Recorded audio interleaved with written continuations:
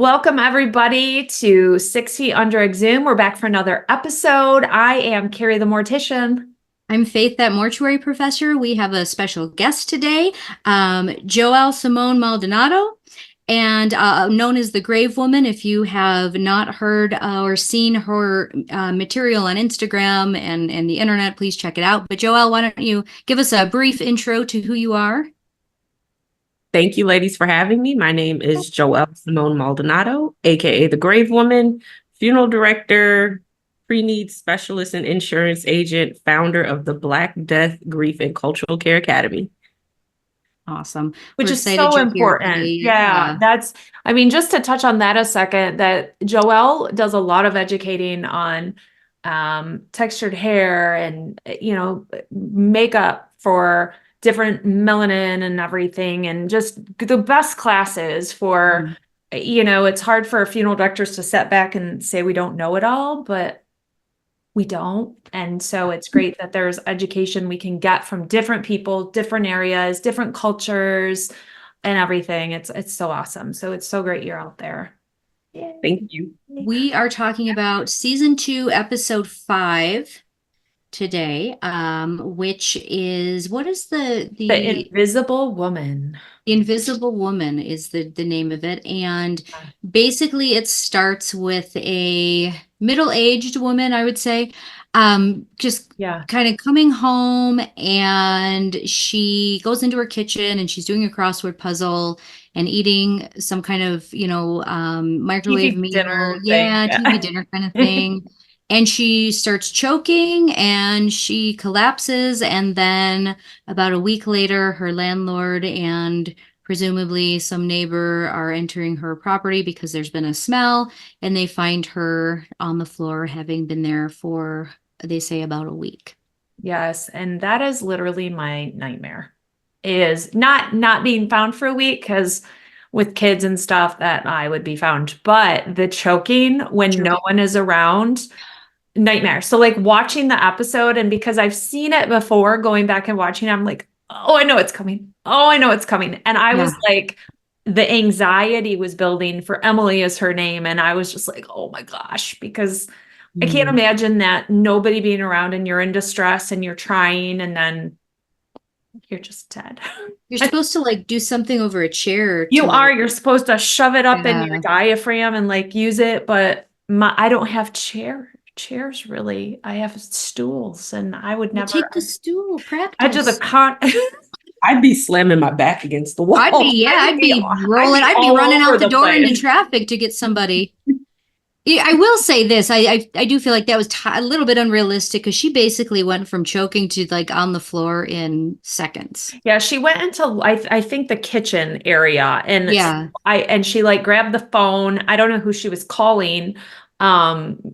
But yeah, it all played out. Was there cats? I'm imagining there was cats. Did she have? I don't remember. Maybe. I feel like there was animals, but I feel like then we would have had like an animal eat the face sort of thing. We don't need for that. A week, and we did not. So Oh, she had ants all over her. That's what it was. There was ants because all the food dropped. That's right. There was like food near her. But so yeah, that's how we kind of dive into this episode, is Emily's death. And so we're encountering they're doing a great job covering all these areas. So we have a decomposition situation, ant activity situation, and yeah, we dive in and it's great. So we encounter a pre-need situation here as well, which is, we did not plan to have Joelle on for this episode, but it actually works well that we can talk about some pre-need. So yeah, do we want to dive into kind of that part of it? Yeah. So, I mean, Nate and David are at the funeral home and talking about how she had come in and prearranged for herself several years ago. And 40, yeah, and she's only 40 years old. Sorry. She is 40 years old. She's young. So for young 40-year-old to have gone and fully prearranged her funeral. How often do you see that, Joelle? Because you do a lot of pre-need. Not often. I'm going to be really honest with you. I think I can count on probably one hand the amount of people under, I'd say 60, 70 years old that have come in and said, I want to plan my funeral. And in most cases, in those scenarios, they know they have a terminal illness or they suffered a very traumatic near and dear loss. but still it's less than 5. Wow. Yeah. Yeah. My ex-husband always said that was like the best investment, like money wise, because he's such a business guy. And he was always like, why don't people do this when they're 30? If the pricing doubles about every 15 years within the funeral business, and I pre-fund now, why would I not do that? Because I would be getting the best value for, like his mind was like, why is everybody not doing this? But I think everybody doesn't want to, one, embrace that they're going to die at some point, and two, invest their money for that right now because they don't Definitely. see it as an immediate need. So they're like, oh, we'll deal with that later in life and whatnot. So yeah, they are looking at this pre-need that she had done, and they are like, there's no family, there's nobody, there's old phone numbers in there, we've called them all, nobody's they're not working. What do we do? So what would you guys do, I guess, in your states? Like ours, we have to have somebody, an authorizing agent in charge of all of it. What would you guys do in your states? How are your laws there? I mean, it would depend on the contract. First person authorization is valid where I've always worked. So, if somebody put embalming on their contract, that's first person authorization. Or if they signed their own, now if they prearranged for cremation but didn't sign their own cremation authorization, then you've got an issue. But most of the time, at least, recently, I would hope, pre-need, agents in states that have that first person authorization will ask the person to sign that authorization. So I don't know. What do you think, Joelle? In Georgia, if the person signed their pre-need contract, they've been making their premium payment, that's their signature on their funeral contract. And so we would just move forward. Of course, we would try to contact the next of kin, but in this situation, there isn't one and you can't get in contact with them. Now, I don't remember the episode specifically. Was she being cremated or was she being Burial? Yeah. burial? We move forward with getting a burial permit and proceed with our service. See, you can't sign or authorize your own things here in Michigan after your death, and it has to be authorized after your death. So you can't, if you have a fully pre-funded, pre-arranged funeral for cremation, if your family doesn't sign for it, you're not being cremated. So it doesn't matter what you want specifically. In this case, if there was no one, we would go to the medical examiner and say, is this okay to go forward? Probably, because she funded it. The monies are there. She would essentially be an unclaimed individual with funds to move forward, but we would have to kind of get the authorization to move forward because we have to have someone in charge of her body. So she'd be assigned an administrator? No, we wouldn't even go that route. It would just go to the medical examiner's office. Okay. They handle kind of everybody who has nobody, and they try and find family. And then if they don't, then they're like, okay, go ahead with what you want to do. And then they are the authorizing agent, essentially. Interesting. So yeah, it's so different here with that scenario. That's Joelle. I was in Georgia recently. We went down with Josh's family and I called the funeral home because I wanted to find out for grandma and aunt that are down there, and they've prearranged their own cremations and stuff. And I'm like, okay, well, aunt is not married now. Her husband had died, no children. Do all the nieces, nephews need to sign? And they're like, nope, we don't need anybody because she signed it. And I was like, whoa, that's crazy. So it's so bizarre to hear you say that all of those stipulations exist in Michigan, but you guys aren't required to have refrigeration. Are you? So no, it's like, no, we don't have like any law in terms of refrigeration, anything like that. We have a rule. Really? We have a 48-hour rule, but it's not law. right. And so, yeah, it's the whole thing is wacky. I'm not gonna lie. I think it's crazy that you can go plan what you want and everything, and your family can just negate all of it, cash out the funds, go away, kind of thing. It's just, yeah, it is weird What if that it's an irrevocable contract? they can't have it back. Right. So they have to spend it on something to do with funeral related items, headstone, flowers, luncheon, so if people change, let's say they have $12,000 in there and they change to, instead of a funeral and a burial, they want to do a cremation and like a gathering luncheon. They can use the money on all that stuff. And then we just pay all those bills out of the funds. Anything that is left goes back to the state. See, if you arrange for embalming or whatever, like I said, that's a first person authorization. Your family can't do that here. Yeah, I think it's crazy that, again, every state should be the same. That's Yeah. what I think. But they're just not. So that's why it's kind of surprising when you hear things in other states or vice versa, that, well, why do you do it that way? Or I wish we did it that way, kind of thing. So yeah, so this situation, Emily did her pre-need. She wanted an open casket, kind of traditional service. And so they're looking at it and figuring out, okay, there is nobody. And they get her body, and Rico opens the body bag and he's super excited. They are so dramatic. In my opinion, they are being way too dramatic about this. I did not think that. I thought that was a mild to moderate decomp, in my opinion. There is no reason that body could not be viewed with a basically adequate embalmer. So they just, viewers know that there are cases where decomposition is so severe that it does make it difficult even for really, really talented people. But that wasn't really it. They really dramatized that. And again, it's TV. They're not going to show you what something that bad would actually look like, maybe. But just so you know, what they did show is nowhere near the level of decomp, or that's easily viewable, in my opinion. Yeah, I mean, we had lady hanging out the top of the limo whose head got ripped off and put back together as if she was perfection. But yet Emily, who's got a little bloating, some definitely darkened discoloration. He couldn't bring down a little swelling, cosmetize, and have her be viewed. It was like,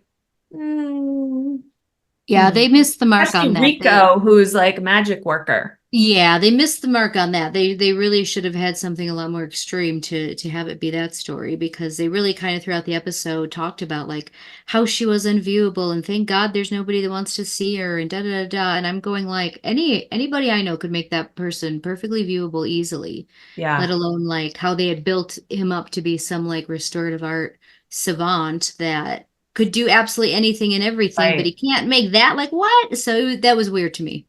Well, and he's looking at her, and a quote from him that I loved, he said, "We really are just biology, aren't we?"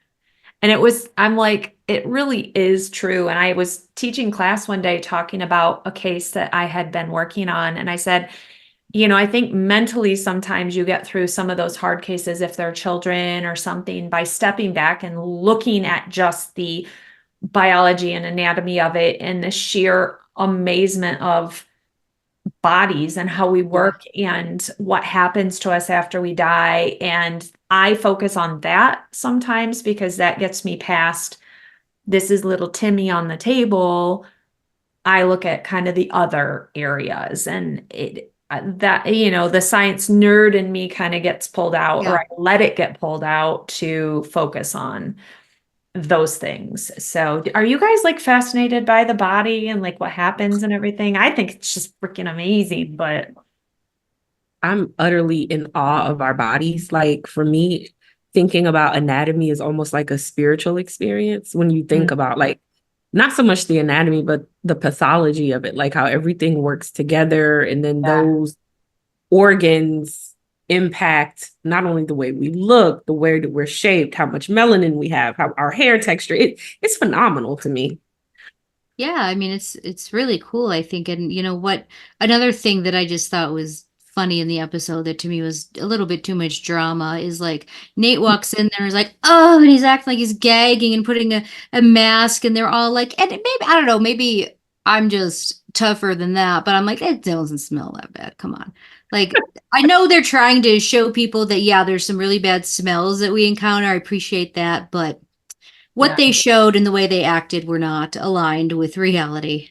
She would definitely have some funk smell to her. Sure. Like you would Would smell you be her. like, oh, about it? No, it'd be like, no, not so much. But there it's Kidding. definitely, everyone's always like, have you ever thrown up? And I'm like, no, but Mhm. decomp definitely hits this place in your olfactory senses that it does kind of catch you up, that you can't help it. It's not that you're weak as to what you're seeing. Yeah. It's that your body literally responds to the smell, and it's not your fault. It just happens. Yeah. Like I can feel it right now just thinking of like where that Yeah, for sure. For sure. I just thought they were very dramatic about it. a But little dramatic. Now, at the beginning here, we also we're going into all the storylines. So we got Brenda who decides she's going to write a book.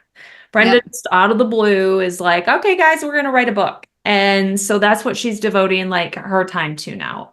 Since she doesn't have Billy to take care of, because Billy's off in the sanitarium or whatever you want to call. He's, committed. The hospital. But isn't he in the psych ward? That's not this. The sanitarium is for tuberculosis. Is it? I thought it was for. No. Are we sure? Yes. We're at sanitary? Yeah, because yes. It's a medical sanatorium, Sanatorium. medical facility for long-term illness, often associated with treatment. Well, there you go then. Is a sanatorium a mental hospital? Yeah, see? Institute for the treatment of convalescence of individuals with chronic diseases, including mental disorders. Okay. So he can be in a sanitarium. You were thinking of the word asylum. I don't even know what I was thinking. Asylum sounds a lot more.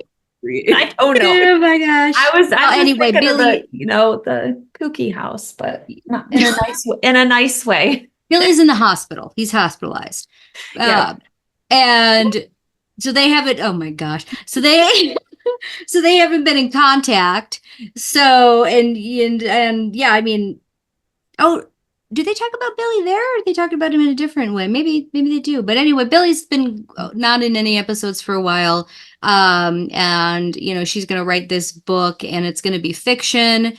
And yeah, it's just something she kind of decides to do one day. I wonder how much money she can possibly make as a massage therapist, doing like 2 massages a week to have that house and be able to just, fart In around all the LA. time. There's got to be more to that story, but maybe I don't know, maybe she has money from somewhere else. But I always wondered that with her, because I'm like, she's never like working full time in any way, but she's always doing all this stuff. Trust fund baby, who knows? Probably. Yeah. Maybe her parents are giving her money for something, or maybe. God only knows. What did you think, Joelle, of Brenda during the course of this show and stuff? She's been our kind of contention, like, ooh. It's been a while since I watched the show, to be honest with you. Remind me, I remember Billy is Brenda's dark-haired sister. Yes. Yeah. Nate's girlfriend. I think she's very manipulative. Yeah. I think that she's sincere in the fact that she's a narcissist, but she doesn't realize that she's a narcissist. Mm-hmm. I think that she is the type of person that creates her own storms and gets mad when it rains. That's what I remember. Like that. Yeah. Yep, absolutely. A little puppet. Yeah. And I think her and Billy are like screwing. Yeah.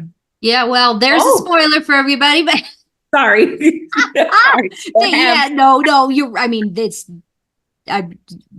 obvious, but I think she's a well-written character, though. I will say that, because you have to remember, this is like the year 2001, and women weren't written as complicated or as even negatively really as her character. So I think she's a terrible person. I mean, maybe you could just be acquaintances with her, be fine. But I think if you want to look at it from like a writing perspective, I think she's a well-written character, and that she is so messed up that, she's not just a character there for a man to play off of. She's a whole mess herself, which is yes. Something remarkable for 25 years ago, at least, in TV writing. Well, go ahead. I was going to ask, do you guys know if they actually consulted real funeral directors? They did. They did. I heard the Lynch brothers were consultants, and they're Michigan guys. they had the show The Undertaking, was like a documentary on PBS back in the day, and then I heard that they were consultants on it.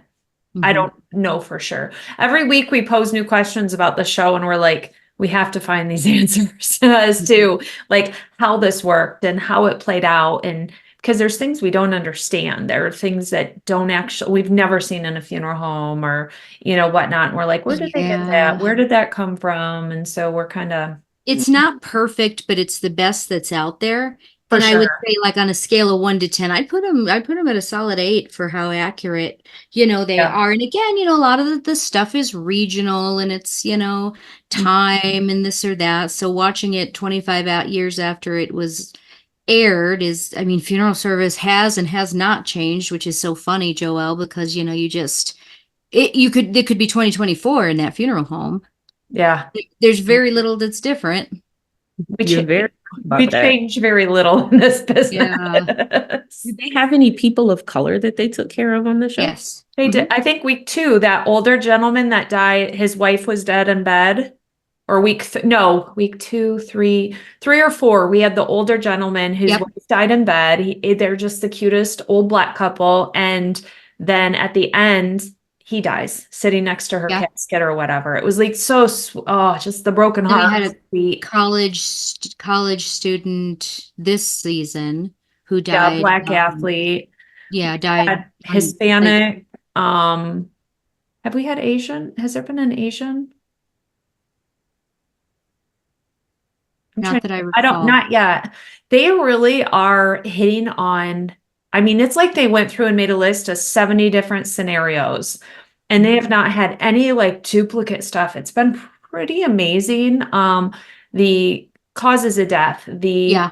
religions, like we're getting to Jewish is coming up in an Yep. coming episode. And I mean, I don't remember if they dive later in the series into like Muslim and different religions in that way, but Not much. I will. Remember that. I have to wonder, because I think they're doing a big variety of things because it's a TV show about, and it's the only TV show about funeral directors, right? yeah, But I do wonder for Los Angeles how realistic that is that they would serve that many different kind of people in the year 2001. I don't know anything about. I know the population of Los Angeles is very diverse, but what you Yeah. usually find, at least on the East Coast, is that funeral homes are segregated. They're not segregated. I mean, in that way necessarily, but they serve a very specific population, right? Yeah. I mean, they essentially are, but funeral homes and churches. Funeral yeah, homes and right. churches are the one For thing. the Fisher the two family to things. be serving all these different people every week, I don't think that's realistic. But I think No. I appreciate that they're doing it for the show so the viewers can get to see all these different things. Do you know much about Los Angeles, Joelle? Are funeral homes very I know that segregated there? there's a lot of, it's so crazy you asked that question because I'm actually doing research for a faith and religious studies course. And the demographic as far as religion and culture is very diverse. I mean, you have Sikhs, Yeah. you have Buddhist, you have Taoists, you have Islamic families, you have different sects of Islam. So it is diverse. Yeah. It's very diverse. I just wonder if the funeral homes are No, similar to not that. not as diverse. No. Okay. I wonder if that's just the whole West Coast, because I can tell you in like we're not even Midwest, we're the Mountain West here in Colorado, New Mexico, all of that. Their funeral homes are not very diverse at all. There might be one. So in Denver, I'm in Denver, everybody knows that. There's one historically Black funeral home, I guess I would call it. Tell me if that's the wrong word, but and only one, and there are multiple Hispanic funeral homes, but again, we have a high Hispanic population. I wouldn't say that they're necessarily segregating. It's just we have their last name is Rivera because we have a high Hispanic population. They serve more than maybe just Hispanic families. But where I grew up in Chicago, I mean, if there's Polish funeral homes, there's Irish funeral homes, there's, Jewish, I mean, it goes down to a more specific level than just, white, and then, white Hispanic or African American. It's really I mean, it's down to like Argentine, or you know what I Heritage. mean? Yeah. In those places. So moving to New Mexico and then to Colorado, I'm like, oh, this doesn't exist at all. But Which those was are like interesting. originally settled areas. Like Right. near me, we have a town that has 3 Catholic churches. One Mm. was the German Catholic Church. One Yep. was that, you know what I mean? Oh Like, yeah. so when those areas were settled, that's kind of who all came there. And so they're very, that's not only who's there, but Well, that's kind of the there's a primary. a higher than in other places Vietnamese Catholic population in New Mexico. And even, here in Denver too, Interesting. which was interesting to me too. So there's definitely less, specific funeral homes that were started by a specific, ethnicity and continue to serve predominantly that in ethnicity than in the Chicagoland area. I mean, you got Italian, I'm Irish and German, and the Polish funeral home would not want me, to be honest with you, because even in those European ethnicities, there's so much discrimination still. I mean, Irish people would they put us in ghettos in Chicago. You know what I mean? And so Yeah. they're still low class in the bigger European world, especially in cities like Wild. that can be. So it's really interesting to come to a place where you just do serve all kinds of different people, because in some parts of the country that is very much not the case. And you could be a funeral director for 40 years and never serve a Black family, never serve a Hispanic family, Mhm. never serve, you know what I mean? Which is again why what Joelle offers and teaches is so important, especially for funeral directors in that situation where you might find yourself, serving a family like that, and you do not know because you never had to know, but Right. it's your responsibility to get educated, just so y'all know. Yeah. That's how I Gotta look feel about out for that. people in the back face. Yes, You know, exactly. it's not anybody's responsibility to make you learn. It's your responsibility to seek it out and get the information and want to do those things, but it exists. Um, This episode, anyway, go we ahead. see a lot of Brenda and Nate and how they're drifting. They're starting this drift where her interests and his interests are kind of separating. The chemistry is not as good. We've seen it in a couple episodes building up, but it's really getting evident. She's looking for more excitement, I think, and he's looking for stability and kind of he's found this career. He feels like he's found his place. He wants to be more level, and she is not somebody who wants to be level long term. And so she's starting to get the itch. I think we said kind of the 7 month itch was where they were in like one of the last couple episodes. And so she calls to have lunch with the girl who is her client, who turned out to be a prostitute, because she wants to like pick her brain and hear her stories because that excites her. And Yeah. so she goes down that avenue, and we see at the end of this episode, I'll just jump to it since we'll finish out kind of that storyline. She goes to lunch, hears all the stuff, and then comes home and proposes to Nate. And it's Brenda like, is a person that thrives on conflict. She's got to have some kind of conflict or some kind of drama in her life. And the conversation between her and the client at lunch about being a sex worker was really good, I thought, in a lot of ways, because it wasn't, Brenda's like, oh, that's so empowering, that's so this or that, and instead of the client who's a sex worker going, oh yeah, we're just taking back our sexuality, she didn't say that. She said, yeah, that's one narrative, but it pays well, kind yeah, of thing. You know what I mean? So to kind of like show that, and I always appreciate it on this show, and I think they do a very good job of showing that people are so much more than what you think, and that their motives for things are not just what you think. And this woman isn't just out there, as a sex worker because she's trying to make some point about women's, sexuality, and that it's that, I would do so. She actually says, if something else paid this well, I would do that. right. But this pays me more than anything else I can make, with my background or skills or whatever. And so, I need to support myself. So I do this. But if I could have another job that paid me the same, I would choose that. I'm not choosing to be a sex worker to make some kind of statement, and then Brenda kind of like, because you Oh, can tell it almost like intrigues her. It's almost like some kind of taboo thing that she wants to explore because, it's supposed to be risky, or there's something like cool about it. And this woman is like, no, it's a job, it's money, Yeah. you know. But then yeah, she gets like more interested in like trying it herself, and it's just weird. I don't know. I can't imagine an almost 40-year-old woman that has all the money they could possibly need, apparently, just being like, I'm gonna go try to be a sex worker. Like, stay away. Go, you know? Brenda kind of reminds me, well, two things I was thinking when you said that. There's correlations between sex work and death work that I don't think we understand or talk about a lot, Okay. which are like the compassion and the caring for people and the Okay. people at their worst moment, maybe, because a lot of sex workers deal with people that are married, right? And they're the Yeah. estate. And so it's that Mhm. level of shame and guilt and resentment, the same Mhm. feelings that people have when they have grief. And so you're taking on that grief and then learning how to channel it and Yeah. empower people even for a moment. But Brenda, back to her in your question, Carrie, it almost seems to me, and this may be the wrong term, but I think it's the right one, dissociative personality disorder, Ooh. where Billy is the one in the what is it, the sanitarium, the sanatorium. The Yes. hospital. He's in the Yes, that's where hospital, he you guys. is. Good Lord. He's resting. Billy's resting. He is getting treatment. Yeah. It is But May 1st, Mental Health Awareness Month. He is getting treatment. you're so right about that. But it's almost like Billy is the one that is almost being punished for Brenda's lack of personality, because Billy Oh, is that, an authentic, creative, manic depressive self. yeah. Brenda, again, with that manipulation crap, you know, Yeah. Yeah. it's like you're dangerous, literally, to others.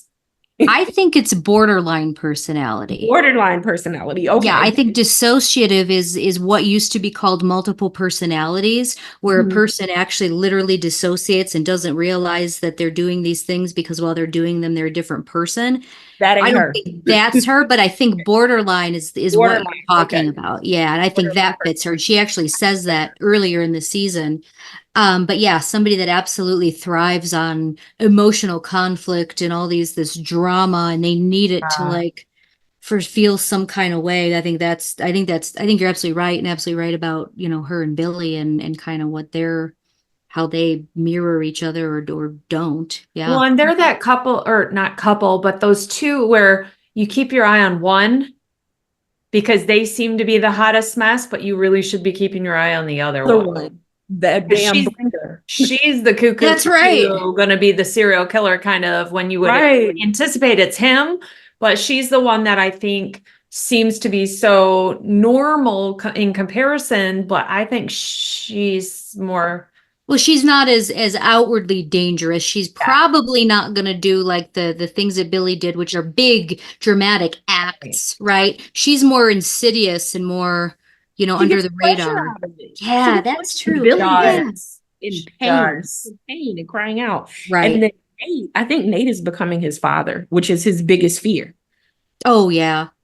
I That's see that too. I see that. Yeah, there's so many interesting relationships. So David goes on a date with this man who it's so funny because, you know, again, I'm a queer person and that's just part of the life I live, and even me and my wife will say sometimes like she wore the same shirt as me the other day, and I'm like, come on. But you know, you see David, he's with this guy and it's like, oh, that's just David in another, it's just a carbon copy of David, you know what I mean? yeah. And for some reason there's like a little joke about queer people dating themselves, and it's not wrong, but then you look at like David and this guy, and you're like, okay, exactly. And he's like interested in him because he's a normal guy. He's got a nice, you know, he's got a good job. He seems secure. He's just not crazy or anything. So he's like getting involved with him, but you can tell he's not really that interested because he's kind of boring, which David is kind of boring.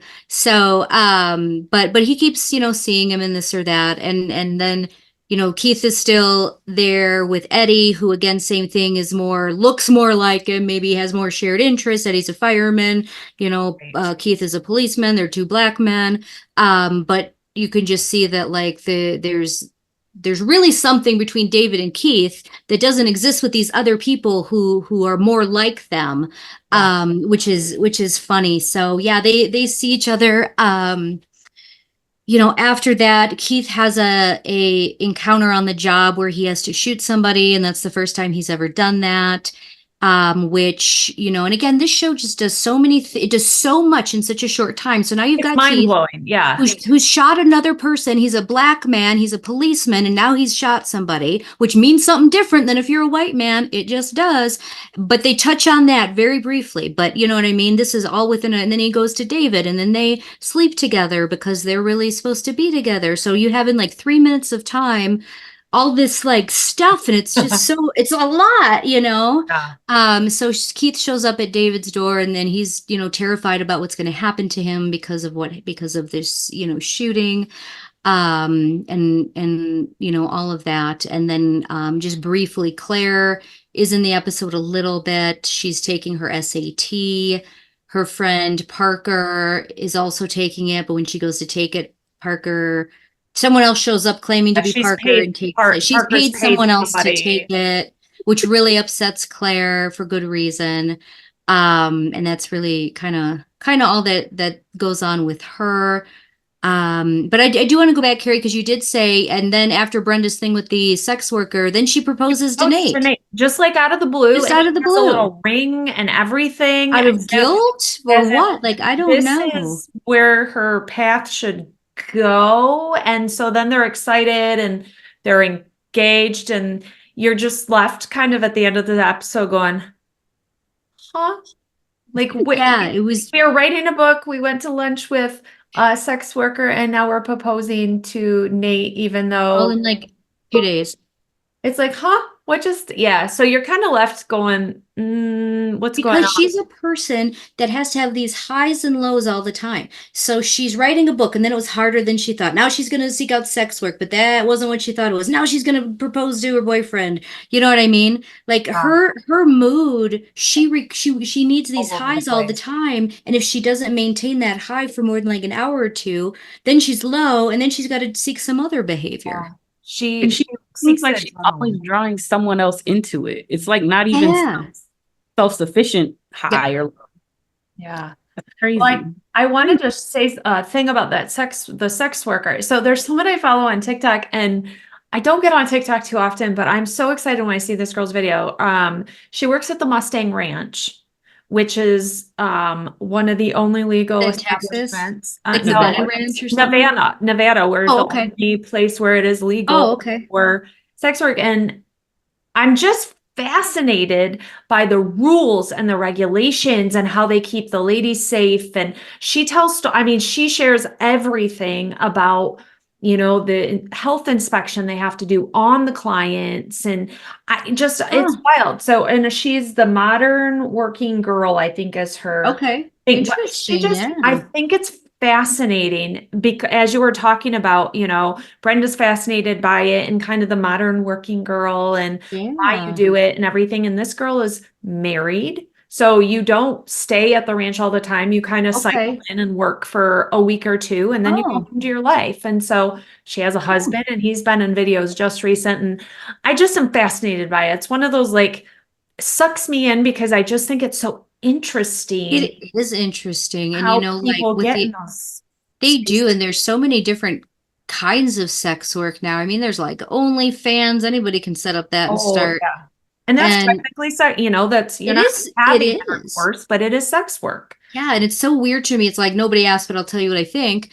but it's true, but it's like, I don't know. It's weird that it's criminalized in some places and not in others. Like, to me, I don't know. To me, there's things that could happen during sex work that are criminal acts, but I don't think that itself is necessarily should be criminalized. But, yeah, there's just so many different ways that it happens. Because you used to remember like the 1-900 numbers was just about that, or you had to go cruising somewhere to, you know what I mean? But now you can like just order a person on your phone. It's kind of crazy. So yeah, it's definitely an interesting world. But I mean, so many people are on OnlyFans or like the feet pictures. Have you ever heard of this? Yeah, the feet fetish, the buying used underwear.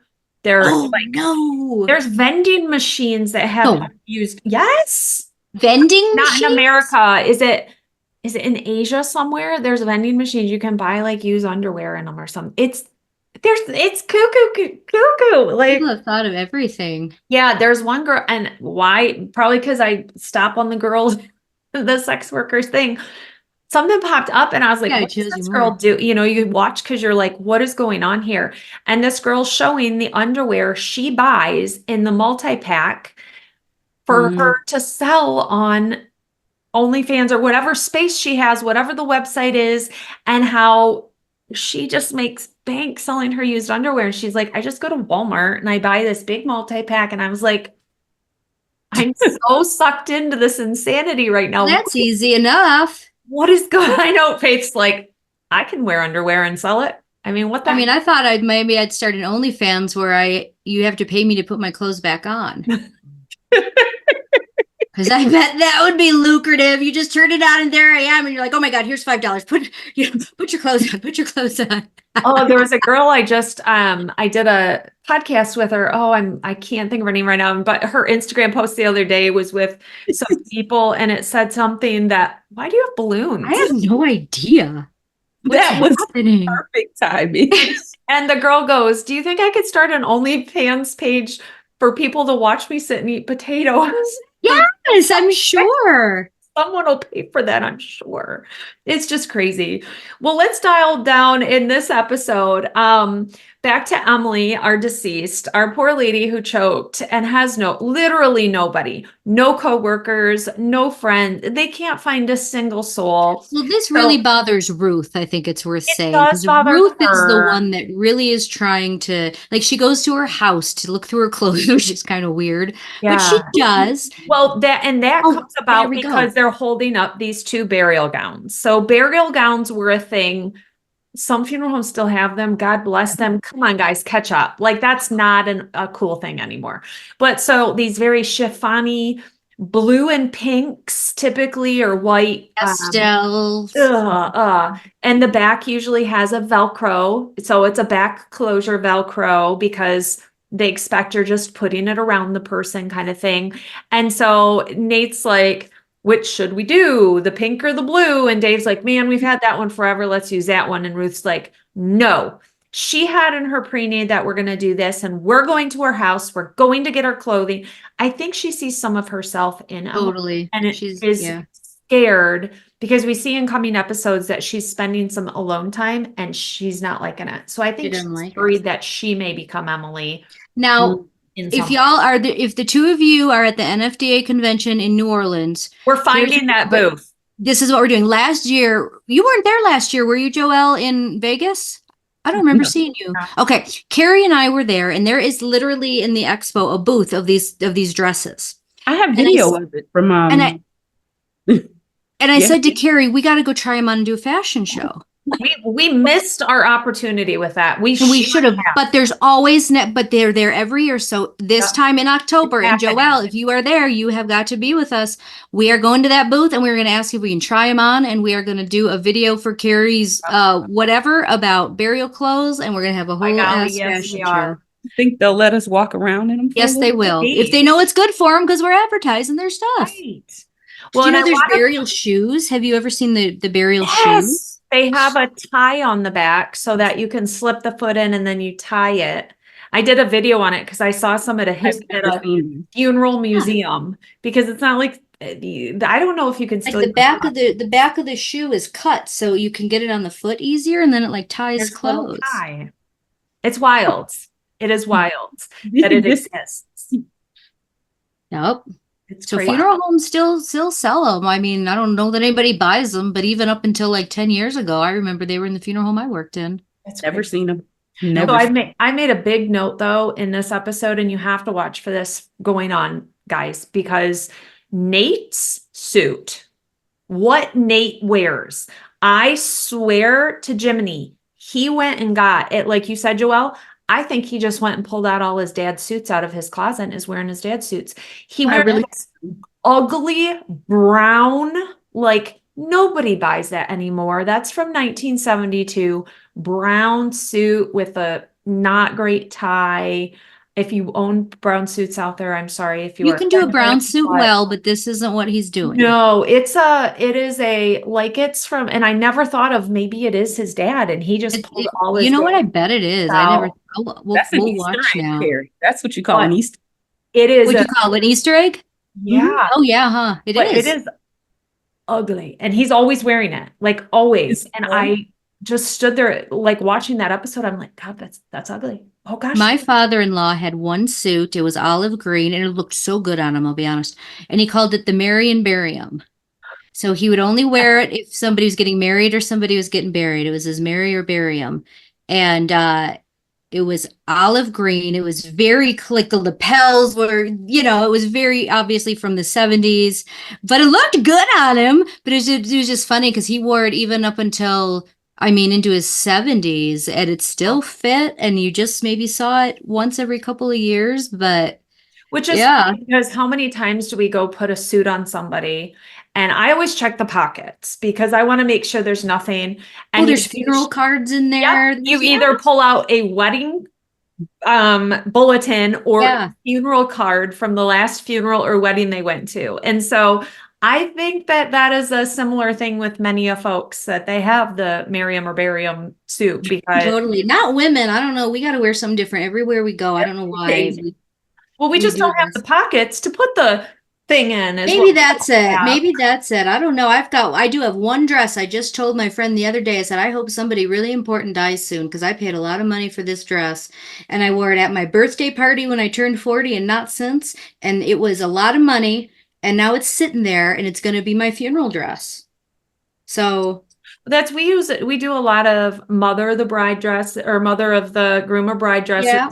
Those come back around for burial Yep. a lot. Yeah. Or grandma of the bridegroom dresses. Yeah. It's like, oh, My she wore grandma this. told me, yeah, when I was getting married, she's like, if I die, because I helped This her is pick it. out her outfit. She's like, if Yeah. I die before you get married, bury me in this. And when I die after your wedding, bury me in this. Oh, Yeah.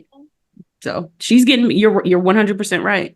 Yeah. I She's think it's a time wedding that dress. they felt special and they felt, nice and formal and yeah. put Well, how together. often do And women, so, really dress up in those kind of things? Not that often. Like I own no, 2 dresses.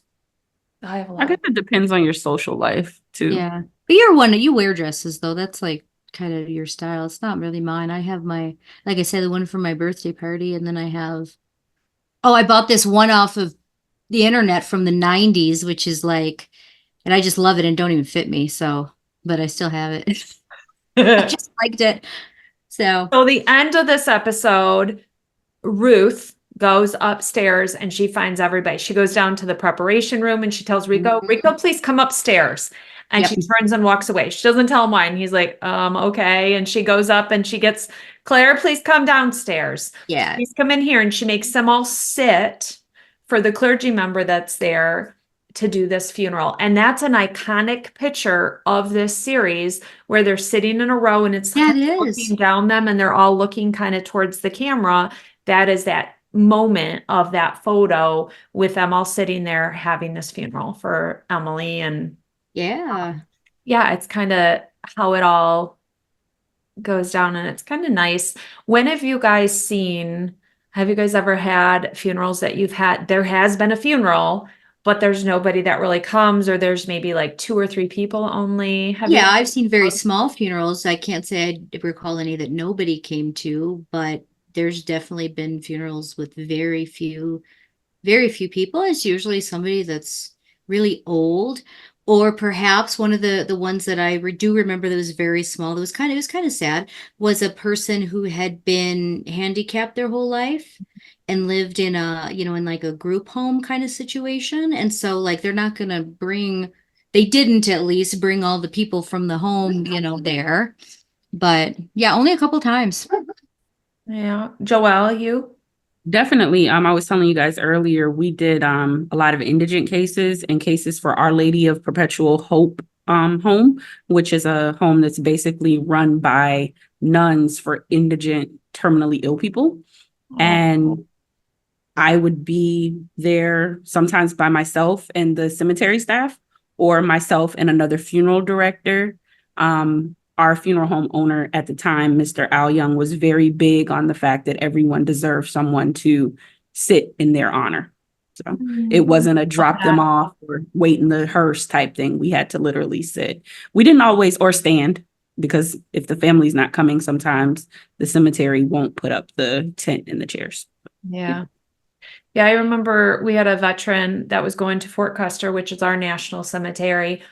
And the only person left in his whole life was his elderly sister, and she was in Chicago. And so I took him out. They did the military honors. They're like, well, who do you want us to present to? I said, well, you can present to me and we're going to send it. We mailed it to the sister, and I had one of the cemetery people take photos with my phone, and I printed the photos and sent those as well. And it was a very surreal to be, like you said, sitting in that honor of that person, and realizing there are people who live their whole life, and then at the end, there's nobody that will stand in honor of them and be there. And it's not that maybe they weren't a good person or they weren't liked. It's maybe they just didn't get connections, or their people they did have all died, or whatever the scenario. It's sad, and It is sad, and I think that it's worth saying that as we become more mobile and more, internet based, I guess, I think people just generally, at least nowadays, go to funerals less. Like it's Yeah. less important. It's too much of they're less likely to take the time out of their day or whatever to go to a funeral than they were in the past. And that's really, really sad to me. And we have a lot of conversations in my classes about that and about post-COVID things, because we were live streaming before COVID. A lot of funeral homes they were charging pretty hefty fees for it, but then with COVID that became the norm, and Yeah. it's been difficult to go back to the same levels of attendance of really anything in person after that. But even funerals, the likelihood that people are going to take a Tuesday morning or afternoon off is less than it's ever been, in my opinion. So I think it's just kind of sad in general that people don't go to funerals for whatever reason, the same way that they used to. But it's nice that they do this. And honestly, it's the ethical thing to do as the funeral home, because she paid for it, right? Right. So I appreciate that they did that, and they didn't just not do it and keep the money. They did do something and gave people the opportunity to come to something if they were out there. But Ruth at the end, goes, to all three of her kids and kind of talks about how alone she feels, and how, Nate basically just walks around and ignores her. David, I don't know what she says about David, something similar. And then, Claire, anything that Ruth even says to her, she gets mad about, and that she's really sad about that she lives in a home with all these people, but they don't really want anything to do with their own mom, which is kind of sad. And she fears ending up in the same situation where essentially she reads it as nobody cares that she died, so nobody cares that she lived, right? And so she's asking her kids to like pay more attention to her, have more of a relationship with her, and they don't really seem to get it, at least not at that moment. Well, and I think they're blowing her off too, because she's doing this whole plan thing, and they're kind of sick of hearing about the structure of my house, and I'm rebuilding my house, and I'm doing a new blueprint for my life, and I'm doing this, and I'm doing that. And they're kind of annoyed by that whole thing at this point. So they're avoiding her a little bit. Yeah. Which is sad, and she doesn't realize it yet. She's going to here coming up, but I think that's some of why she's also maybe feeling a bit of a void as they're all kind of establishing their lives, and she's settling into the being a widow and into the true absence, which we see, and we know that you don't get closure. There's no closure ever. And there's no, oh, I'm going through my steps of grief, and by the time of the funeral, I'm going to be good. It's not. It's months later. It's a year later. It's down the road, all these big moments and things, and it never fully is gone. It just alters how that grief looks in your life and how you live with it. And she's just going through new seasons of it, I think, as she's moving forward. Because I don't think she's fully embraced all of it yet. I think she's still in a bit of shock and a bit of fog, even though it's been at this point, we're about 8 months almost Mm-hmm. past. So she's just in that first year still, which is Yeah. all these big milestones, which are hard. And Yeah. I don't know if the kids are recognizing that with her. Like she's going through these big milestones, the holidays and all this without Nathaniel. I don't think they're realizing that she's going through a lot with that. No, I And think that's unfortunately common for mothers at any point in their life, to kind of you're there for everybody all the time, but you're forgotten about by everybody too, and there's all kinds of, I mean, TikTok, there's all kinds of videos about it now, which I think is great to kind of shed more light on that. But just in general, I get the sense for Ruth that she's always felt invisible. I mean, she took care of her grandma with no legs, and then she like got married at like 19 and was taking care of kids and was, basically just a support person for somebody else her whole life. And like, even like I was saying on TikTok, there's videos that people will take of like, there'll be a family at like a restaurant at a dinner, and there'll be like a dad just eating his dinner, and the mom's cutting up everybody else's food and feeding him and doing this, Yeah, and he's doing nothing. He's just eating his own damn dinner, and she's yeah. doing everything else, and nobody even notices her. Mm-mm. And so I think Ruth has probably felt that way her whole life, and now she sees that you could die and have a nobody, and Mhm. how sad that would be. When her kids don't need her the same way that they did when they were growing Right. up. So what is her place? Like really, Mm. what is it? And she's still, I think, trying to figure all that out. And so we're watching her go through a really big transition, and it's like, okay, where is she going to land on the other side? What is her place going to be, and where is she going to find her own happiness? Because I think her happiness has depended on everybody up to now, and it's never been about Ruth's happiness. And Yeah. so what is that going to be and look like for her? Mm-hmm. Yeah. Well, next week we'll get to episode 6 of season 2. So let us know what you think about this episode and what your thoughts are, the funeral side, the relationship side, the questions you still have. Do you want to try on burial gowns too while you're living? Right? Like, come on. We're going to do that. So stay tuned in October. It's going to be on Carrie's YouTube and all her stuff. We're going to be doing a fashion show. We're We're gonna be going to walk. strutting. Yes, we are. We're going to walk the runway at the National Funeral Directors Association convention Oh my to gosh, we should contact whoever has that booth and be like, do you want to do a little runway show? Because I think we just surprise them. will volunteer as your models. Yeah. Oh, well, you know what? That's not a bad idea. I got to figure out who that is. I But rest thanks again to Joelle for coming, being on our episode. Check out all of her great stuff, thegravewoman.com, The Grave Woman on Instagram, Facebook, TikTok too, The Grave Woman. every Everywhere the same handle, The Grave Woman. And check out all the awesome things she has to offer for educational purposes and blogs and podcasts and all the great stuff she does. Yeah. having me. This was fun. Yay. We have a good time. We try to. We'll see you guys next week. Bye.